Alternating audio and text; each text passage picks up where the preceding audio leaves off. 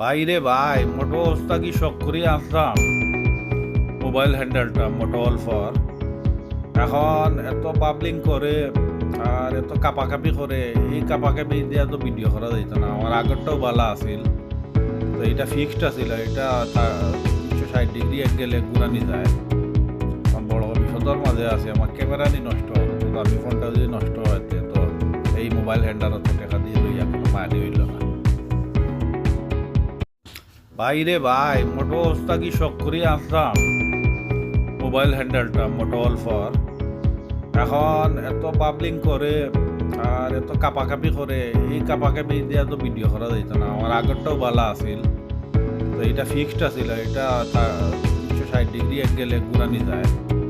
আমার বড় বিপদের মাঝে আছে, আমার ক্যামেরা নি নষ্ট হবে, তো আমি ফোনটা যদি নষ্ট হয় তো এই মোবাইল হ্যান্ডার তো টাকা দিয়ে লইয়া কোনো মানি হইল না।